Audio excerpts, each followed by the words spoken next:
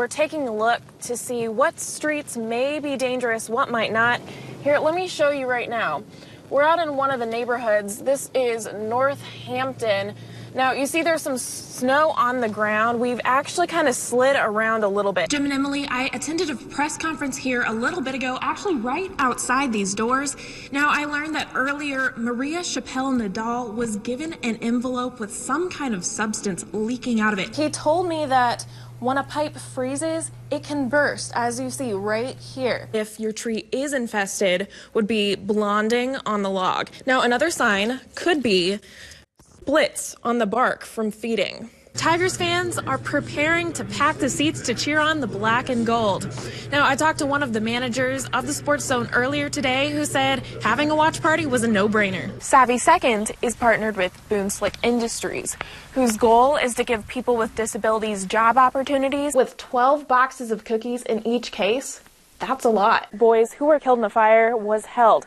Now, I know it looks pretty dark right now, but just a little bit ago, in fact, it was lit up with candles just like these. One of the skills that participants of the program learn is to do interviews. They do this by doing practice interviews with practice interviewers. He was always a little different. He marched to his own drum. A soldier. He was always a defender of those that were downtrodden, people that were being picked on. A mother's hero who might now be shared with the community. Representative Vicky Hartzler introduced a bill that would rename the Columbia Post Office on Walnut Street in Sterling Wyatt's honor. Tim Rich, a family friend who also works with veterans, wrote a letter in support of this idea, not just for Sterling Wyatt, but for all soldiers, because they're willing to make the ultimate sacrifice for all of us. And that's a huge commitment. And remembered one of their Eagle Scouts that made the ultimate sacrifice. Recently, Sherry Wyatt gave a speech about patriotism inspired by her son at a Veterans Day celebration at Boone Hospital. You see your child's coffin come in on those big transport airplane, and his body's in this silver metal box covered with a flag. Then you realize patriotism takes on a whole new meaning. She says she doesn't just want recognition for her son, but for the other local soldiers who gave their lives. I hope when people see, a soldier's name above that post office, they may not remember that it's Sterling Wyatt, but they'll remember that it was a soldier. Like father, like son, and like father, like daughter.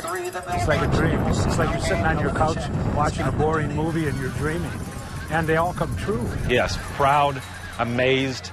I sit there and I think that she could be, how good she can be is just, it's amazing. It's just like an experience that just makes you crave to run even more, and just being able to cross that finish line and have that goal that you've been working towards for so long be accomplished. A 5-time NCAA champion, it might come as a shock to most viewers, but it's anything but in the Schweitzer family. I started there in 1964, and I coached through 2007. There, as in Dowling Catholic High School, where Carissa ran track. And her father ran track. If you take a look at Dowling Catholic's Hall of Fame, you might see some familiar names. I really wasn't looking for anything, just to be with kids. That was my main goal, After running in high school, both Frank and his son Mike went on to become All-Americans at the University of Minnesota at Mankato. And now Chris, of course, we dreamt that she would become an All-American, and all of a sudden she's way more than that. Carissa, born into a running family.